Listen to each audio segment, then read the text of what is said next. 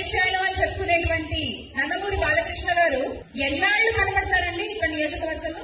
ఎమ్మెల్యేగా ఆయన ఉంటే అంట, లేకపోతే ఏమ్మా అధికార ప్రతినిధి, పులివెందుల నియోజకవర్గం నుండి 3 సార్లు ఎమ్మెల్యేగా గెలిచిన వ్యక్తి తన తండ్రికి నివాళులు అర్పించడానికి తప్ప అక్కడ స్థానిక ప్రజలు పడుతున్న ఇబ్బందుల గురించి తెలుసుకోవడానికి ఎన్నిసార్లు ఆ నియోజకవర్గానికి వెళ్లాడో నువ్వు చెప్పగలవా?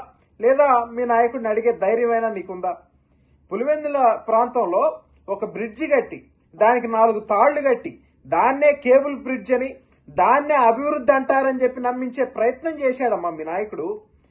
పేద ప్రజలకు మంచి చేసి ప్రచారం కోరుకునే బోళా శంకరుడు నందమూరి బాలకృష్ణ గారు.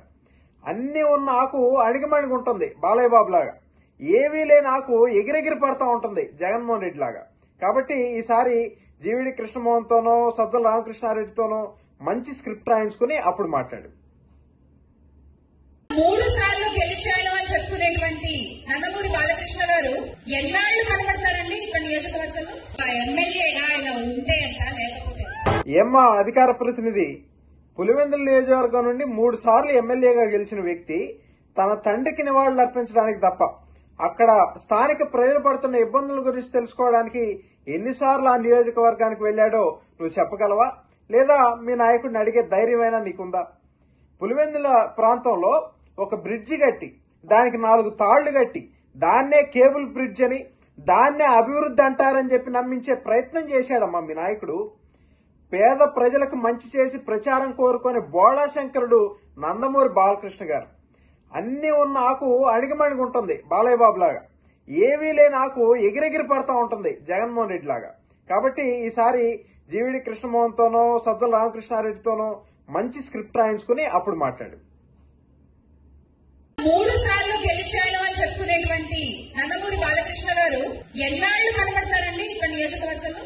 ఎమ్మెల్యేగా ఆయన ఉంటే అంట, లేకపోతే ఏమ్మా అధికార ప్రతినిధి, పులివెందుల నియోజకవర్గం నుండి 3 సార్లు ఎమ్మెల్యేగా గెలిచిన వ్యక్తి తన తండ్రికి నివాళులు అర్పించడానికి తప్ప అక్కడ స్థానిక ప్రజలు పడుతున్న ఇబ్బందుల గురించి తెలుసుకోవడానికి ఎన్నిసార్లు ఆ నియోజకవర్గానికి వెళ్లాడో నువ్వు చెప్పగలవా?